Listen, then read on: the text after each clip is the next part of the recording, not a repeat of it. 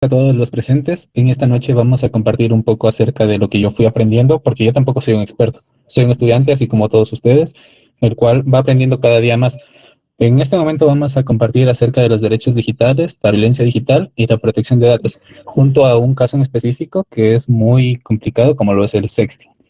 Entonces, para empezar, primero vamos a ver lo que es los derechos digitales y la violencia digital. Bueno, ¿qué son los derechos digitales?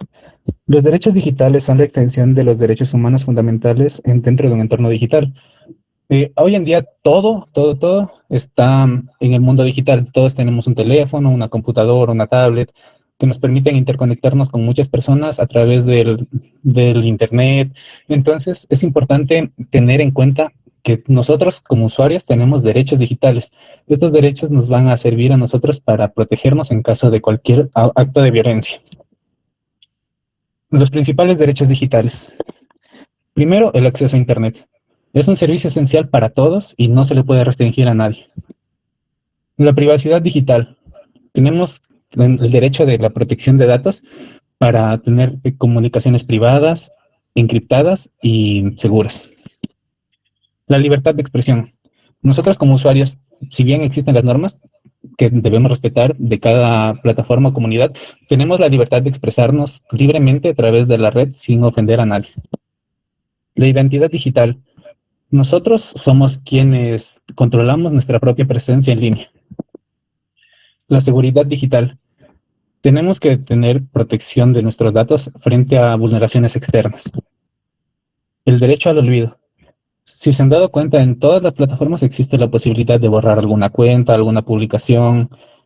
Eso de ahí es el derecho al olvido, en donde nosotros tenemos la absoluta potestad de borrar información personal dentro de una red social. ¿Qué es la violencia digital? Es toda acción realizada mediante el uso de tecnología de la información y comunicación que cause daño psicológico, emocional, sexual, económico, social a una persona, atentando contra su dignidad, integridad y seguridad. Existen varias formas de violencia digital. Tenemos el ciberacoso, que es muy común en las redes sociales y la verdad es algo muy serio, que no se le da tanto enfoque, pero que ha causado muchas desgracias a lo largo del tiempo y es algo que debemos nosotros como sociedad mejorar. La sextorsión son el chantaje de contenido íntimo sin consentimiento. La suplantación. Cuando creamos perfiles falsos o imitamos a alguna persona que no tenga algún perfil o intentamos suplantar su identidad, estamos infringiendo este delito. El doxing. A esto se refiere a cuando nosotros brindamos información personal de otra persona a través de la web. Los discursos de odio. Cuando nosotros hacemos ataques verbales por género, religión, creencias, etc. La vigilación ilegal. Cuando nosotros visualizamos los movimientos dentro de la red de personas de manera no consentida. Este es el impacto de la violencia digital, unos números terribles. El 73% de las mujeres han enfrentado algún tipo de violencia digital a nivel global. Un tercio de los jóvenes reporta haber sido víctima de ciberacoso. Y el 85% de los casos no se denuncia por desconocimiento de las normativas legales.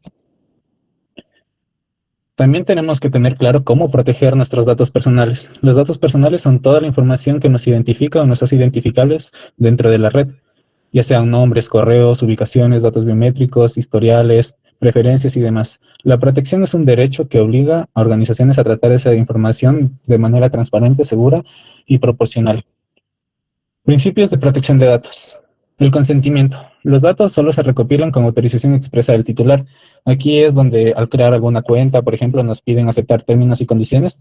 La protección de datos viene incluido en estos. La finalidad. Deben usarse exclusivamente para el propósito declarado. No pueden tener alguna segunda intención, alguna puerta trasera y nada relacionado. La minimización. Recolectar solo datos estrictamente necesarios.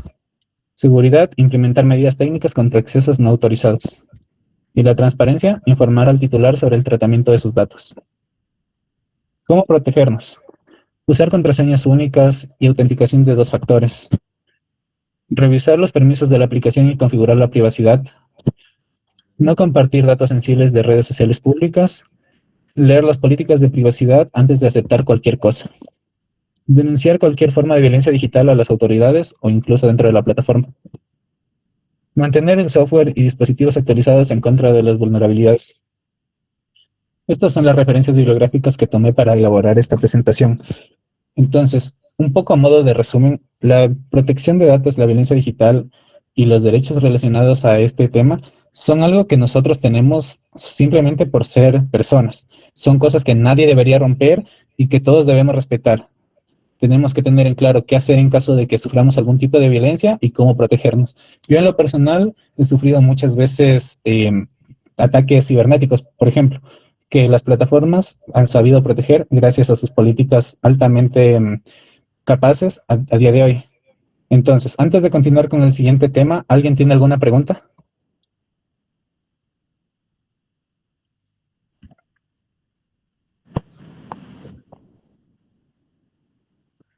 Perfecto. Entonces, les voy a presentar la presentación del sexting, que es una manifestación de la violencia digital. Entonces, comencemos. Esta es una pequeña infografía elaborada para nosotros poder tener en claro cómo es lo que es el sexting y riesgos asociados en entornos digitales. Comprender las consecuencias y prevenir situaciones de riesgo y saber cómo actuar. Entonces, ¿qué es el sexting? Es el envío, recepción o reenvío de contenido sexual explícito, ya sea fotos, videos o mensajes, a través de dispositivos digitales. Se convierte en un riesgo grave cuando involucra a menores de edad, se realiza sin consentimiento o el material se difunde sin autorización.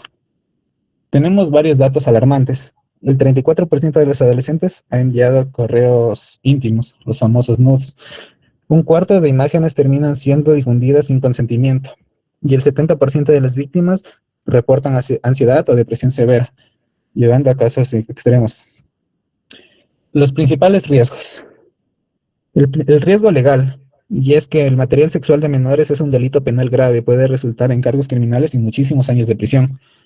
También recalcar que no solo a menores, pero el delito cuando se infringe a un menor es incluso mucho más grave. El daño psicológico, y es que la víctima de estos acosos reportan unos graves casos de ansiedad, depresión, vergüenza, aislamiento y ideas suicidas. La difusión, al ser contenido que se reparte, es capaz de salirse muy fácil de control y puede usarse para extorsiones de manera indefinida. Y el riesgo social es que daña la reputación, genera ciberacoso, exclusión y afecta a posibilidades futuras, ya sea laborales, sociales, relacionales y demás.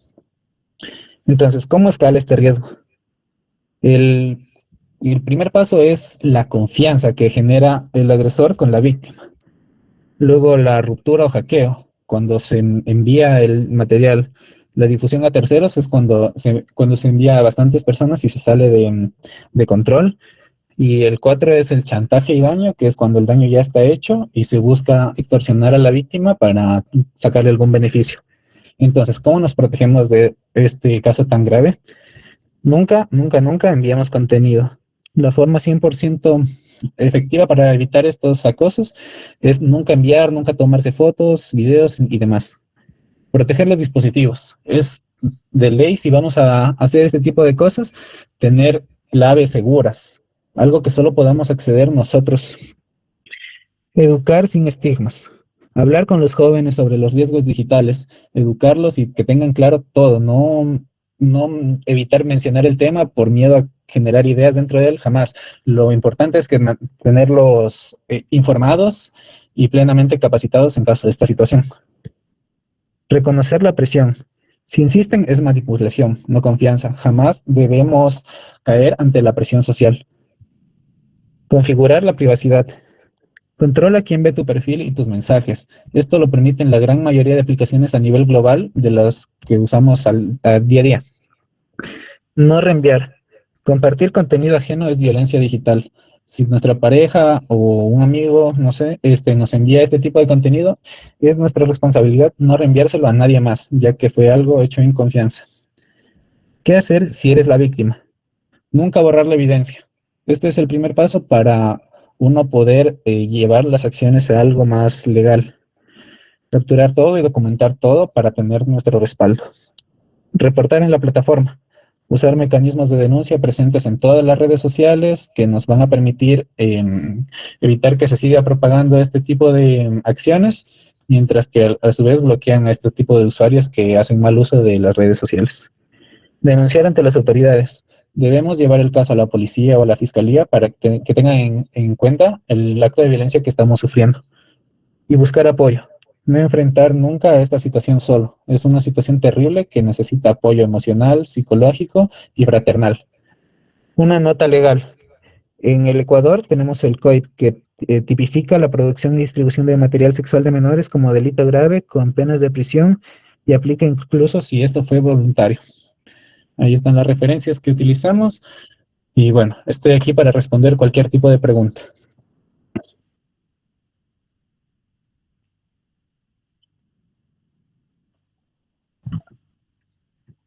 De mi parte no tengo ninguna. Muchas gracias. ¿Algo más? Aló. Dígame. Por lo general, casi siempre este tipo de casos son de personas menores de 18 años o mayores o personas que desconocen los riesgos que puede causar el exhibirse en redes sociales. Por lo general suelen ser personas de menores de 18 años y muy cercanas a esa edad, a los 18 años, cuando uno es adolescente. En ese caso es donde son más manipulables y donde conocen menos los riesgos a los que se van a enfrentar en un futuro.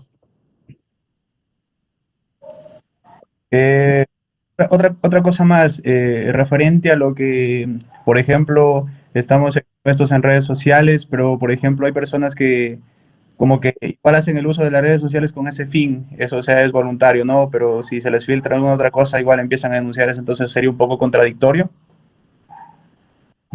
Sí, es algo contradictorio, pero tenemos que tener en cuenta el valor legal. Como le comentaba, existen normativas claras en caso de estos casos. La distribución siempre va a ser ilegal. No, nunca va a filtrársele de forma intencional, por así decirlo. Si existe alguna filtración, fue hecho por un ataque y le infligieron violencia digital al usuario. Y otra pregunta, porque por lo general siempre en este tipo de trabajo hay personas que clonan perfiles y ese tipo de cosas, pero es muy complicado llegar a quiénes son en realidad porque eso es muy extenso y aparte hoy en día la seguridad de los datos la verdad sí son muy expuestos, entonces yo creo que sí debería ser muy considerado este tipo de charlas para personas, o sea que hagan el buen uso de las redes sociales y sepan que es una plataforma que obviamente como informa mucho a las personas, pero también puede ser un arma de doble filo. Claro, el uso indebido de información ajena es un delito que se puede rastrear, ya sea a través de las compañías de internet o de la propia red social. Y bueno, como usted menciona, es nuestra responsabilidad tener nuestros datos seguros. Nosotros somos quienes sabemos qué subimos, cuál es nuestro límite y qué mantenemos abierto al público para que ellos vean y nosotros somos quienes decidimos lo que subimos como tal. Claro, por ejemplo, siempre se habla de que las personas que son expuestas a redes sociales son, o sea, pues se sabe que se puede recibir críticas y todo ese tipo de cosas, pero Facebook nunca como que busca la manera de que ese tipo de comentarios sean baneados o cualquier plataforma, o sea, restringe un poco esos comentarios. Claro, ahí está el problema de que estas plataformas son muy grandes, entonces tienen un montón de usuarios, pero está en quien hace la publicación poder ir denunciando estos comentarios, ya sea uno por uno, restringir los comentarios, permitir los comentarios solo de ciertas personas. Entonces, si bien la plataforma no nos da todas las ventajas que se debería, si bien hay herramientas para que nosotros podamos controlar esto un poco mejor. Eso es todo, muchas gracias. Ya, muchas gracias a usted. ¿Alguien más?